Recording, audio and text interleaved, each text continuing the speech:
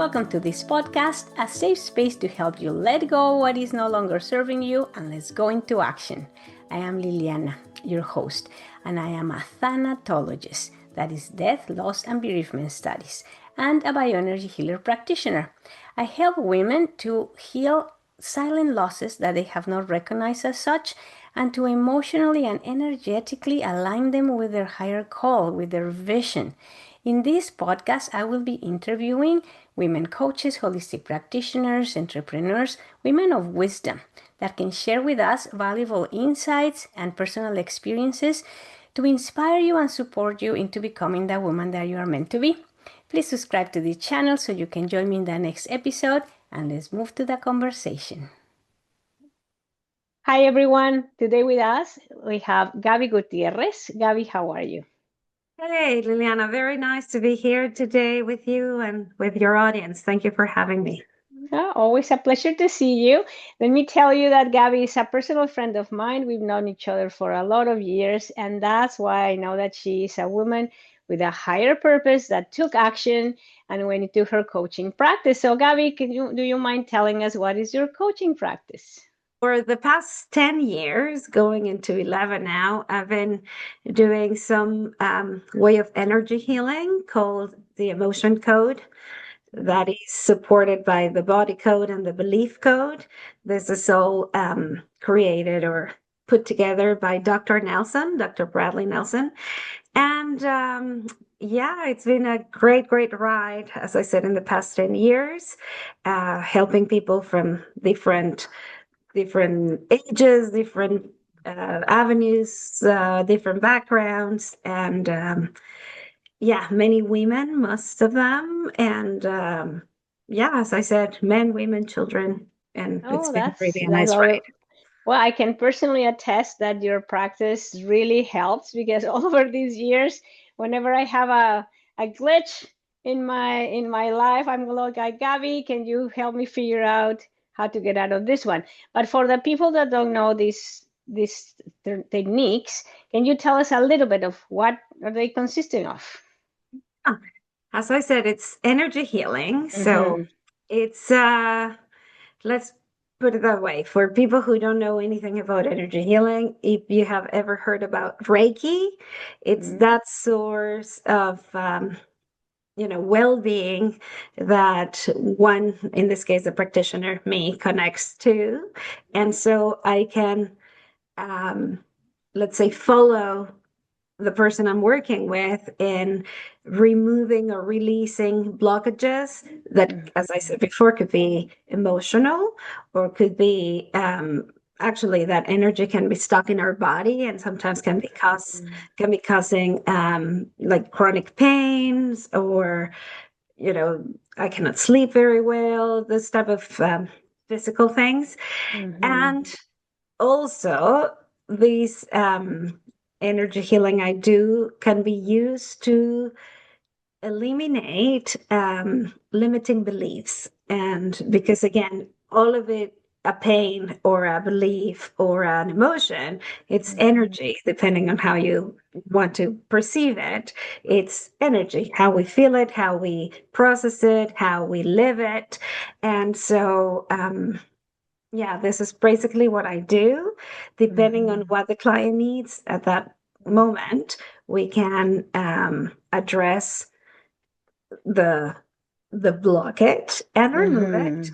And yeah, that's why, as you said, at the end it's like, you feel lighter, you feel that glitch that you were mentioning is gone because in the end our bodies, our mind, our unconscious mind, our complete system knows how to feel better naturally. So whatever it's interfering or blocked in there, like that really when that's gone, everything goes back to perfection. So it's actually pretty cool. That is pretty cool and very important because when we have limiting beliefs, actually I believe that they are backed up by some fears and emotional blockages, right? That we don't know exactly what they are, but that they are making us believe certain thing.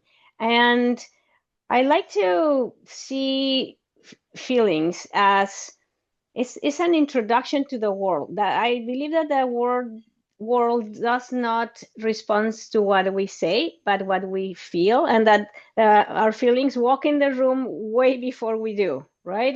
Ask the dog, and they're going to know how you're feeling even before you enter. So when we don't know what are the feelings that we are introducing ourselves with to the world, and we don't know what are the beliefs that are marrying those feelings, well, we don't have, I don't know, I don't want to call it control. Like I was going to say, we don't have control over our lives, but we are not in charge of what we're thinking and feeling, so that we can make proper decisions and have the life that we actually want to manifest. Would you agree on that? What are your thoughts on that? Um, in general, speaking of beliefs, Mm, a belief is something that we feel it's true for us. But when we mm, feel it so real and so true, then we generalize and we say it will always be like this. Like if I do certain mm, things, I will have that response. So many a times we think, well, those are the way things are, or this is always what happens to me.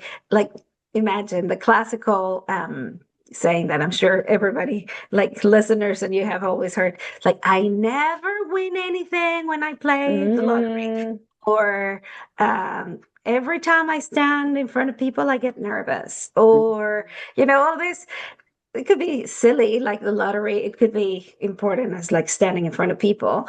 Um, but see, we make it as a generalization. And mhm, sometimes we think that this is who I am. Like I believe that this is part of who I mhm, am, what my personality is, or if I do certain things, it's because that's the way I am. But mhm, suddenly, life presents us with challenges or with opportunities, if you want to see it like that, where you say, mhm, like, what would happen if I did something different? And this is not really that reasoning, like something we really think about.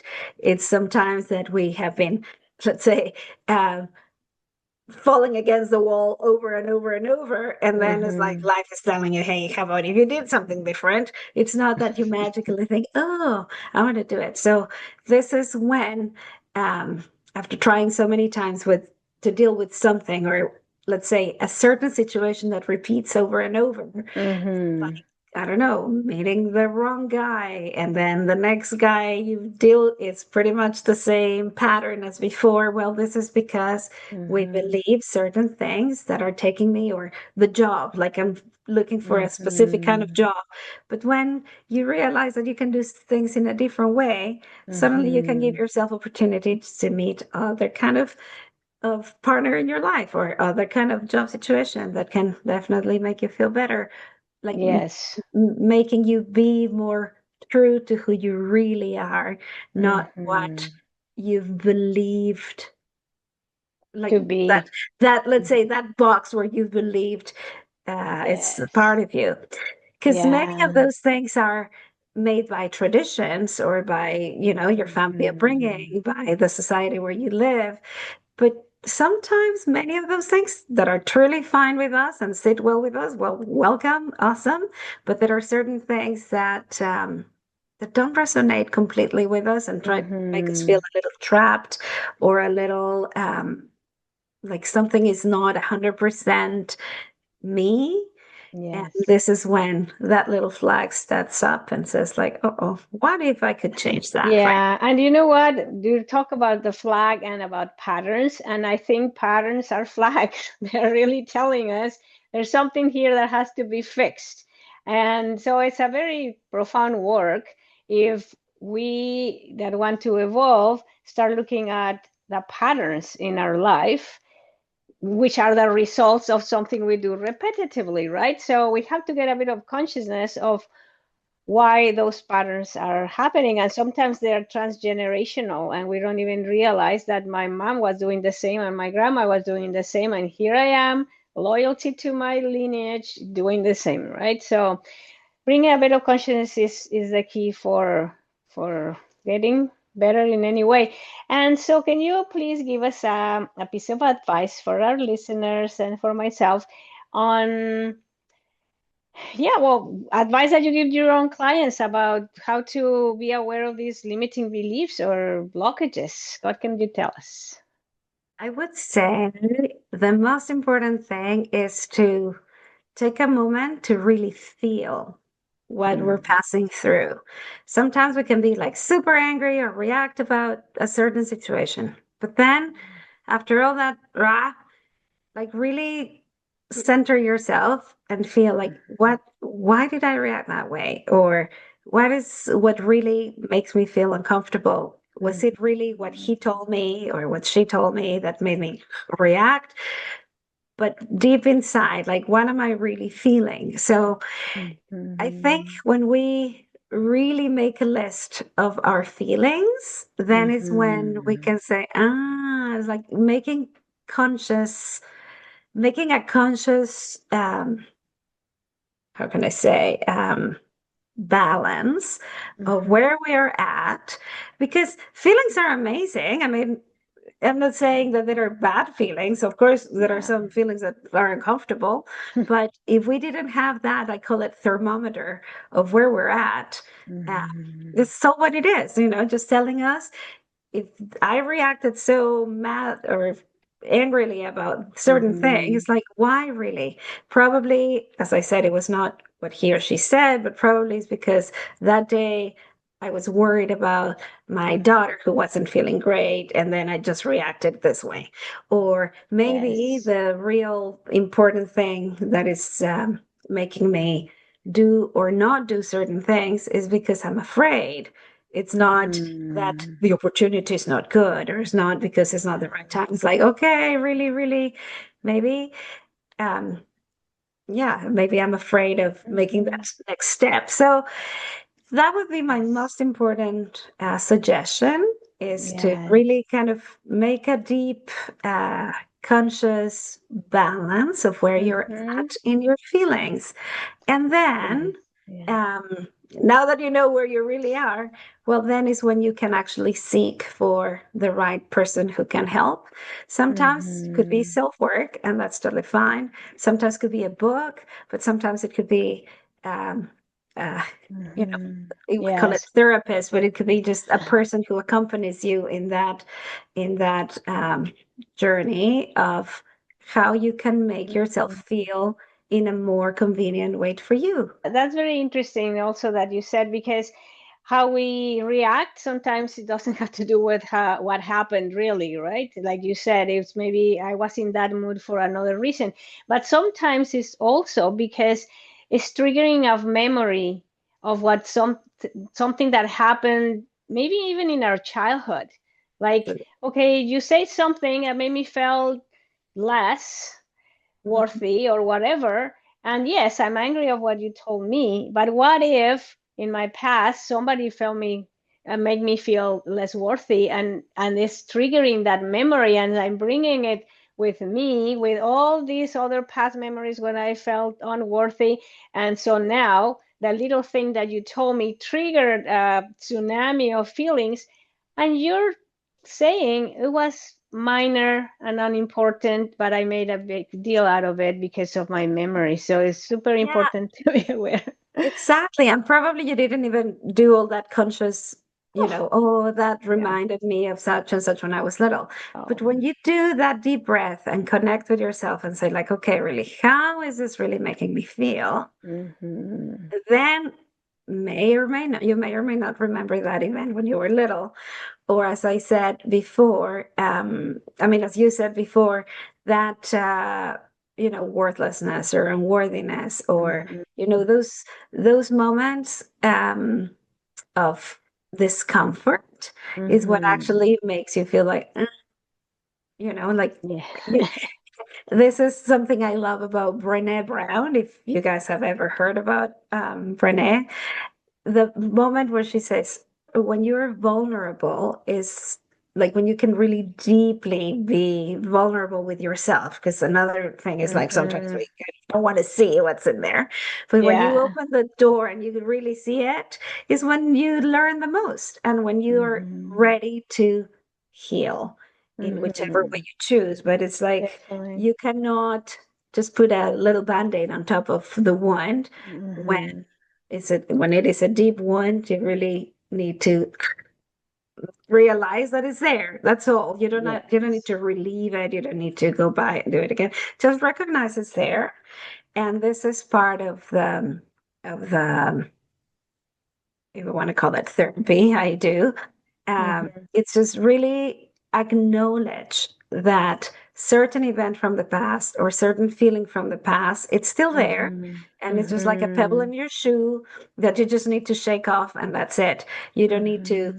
relieve it, or it's this is a very soothing and until in some ways we could say actually that is a very soft way to relieve the pain, because Yes.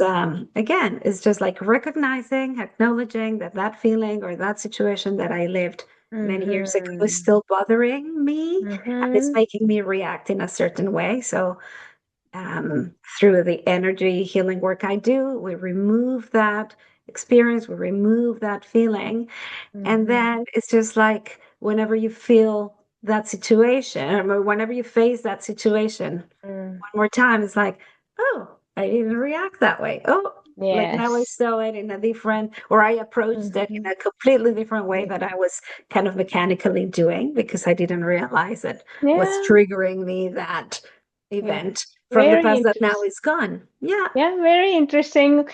Okay, so now before we go, how about you give us a little piece of advice of your journey as a coach, in case in our listeners, somebody that wants to take action towards having a practice of any kind, what was in your journey that you can talk about us with us? Well, I think wrapping up of what we just said, I can totally say that I'm a good example of what it was to set my own practice, Mm. overcoming a lot of fears and overcoming a lot of beliefs that how am I going to do this? I can't do this. I'm ashamed or Mhm. afraid to go and ask, like for clients or so on, like, how am I going to do the selling point? Um, Mhm. briefly, I can say I started 10 years ago, as I said, over 10 years ago. But before I got certified, I had to have 20 cases Mhm. of different people that would accept to go under these type of work so that I could Mhm. actually get my license as an emotion code practitioner. Mhm. And oh my goodness, like how am I going to say it? Who am I going to bring in? Like, I mean, Mhm. 10 and some years ago, speaking about energy healing, I didn't even dare to say the word energy because it was not going to be so well received if it was the woo woo part. Uh-huh. So, overcoming that fear of, okay, I'm just going to do it. And I trust it. And this is something where I can share with you guys is trust that the person that you talk to or that you Mhm. bring your whatever your practice is, if that is the right person for you, she will say yes, no problem. If she's not the Mhm. right person for you because she doesn't or he doesn't believe in what you're doing, or it's not the right time for him, then it's not going to happen. So I Mhm. literally had to learn to overcome my fear by trusting that if I said something or Mhm. I approached them with, I'm studying this and I need, a client to work on or to practice, some people would say like, oh Mhm. no, thank you, and that's fine. But if whoever said yes, I'm like, whew, I did it, and then I had the opportunity to share. Of course, it was free of charge at the beginning. In that Mhm. case, because I was getting my certification. Mhm. But later I said, okay, first time I offer my services, it's going to be free of charge. If this is for you, if this is an avenue that works for you, then we can talk Mhm. prices, but just come and try it. Mhm. So this helps me have less stress, because in the end I was not charging on that first time for some Mm-hmm. service that I was just learning how to do. Mm-hmm. Obviously I couldn't charge when I was getting my certification, but once I got it, I felt like the pressure was off too, saying like, okay, let's just adjust and let's trust again that if we are for each other, we're going to flow and we're going to do things amazingly. And if we don't, that's okay too. And funny Yeah. enough, in these 10 years, some of my first clients are still my clients because, as you said before, whenever they have a glitch in their life, come with me, Mm-hmm. resolve it, then they go away. And many, like, Yeah. well, yeah. And Yeah. as you saw it in yourself, um, this type of personal work gets you Mm-hmm. much more rounded so that you can Mm-hmm. give Yes, whatever you're offering your exactly. clients a better service. So Mm-hmm. first, you know, so yeah, thank you Well, for it letting was. me share this. Yeah, well, thank you for being here. I was happy. I'm so happy to see you. And I'm going to put your details in the video description. So if somebody wants to get in touch with you regarding the work that you do, it'd be fantastic. And thank you so much, Gabby. Bye bye. Thank you. Bye bye. Thanks for having me. Bye, everybody. Always a pleasure. Bye. Thank you for listening to another episode of Let Go and Let's Go. I really hope that we inspire you into moving 1 degree closer towards your vision. You deserve to live an inspired life. If you resonated with anything we said, or you'd like to learn more about how I can help you to get into alignment with your soul's purpose, please reach out. Love to hear from you. Send me an email, info@lilianachamberlain.com, or I will be leaving a link in the description. And please remember to subscribe to the channel so you can join me in the next episode. Meanwhile, remember, keep shining because your light is only meant to get brighter.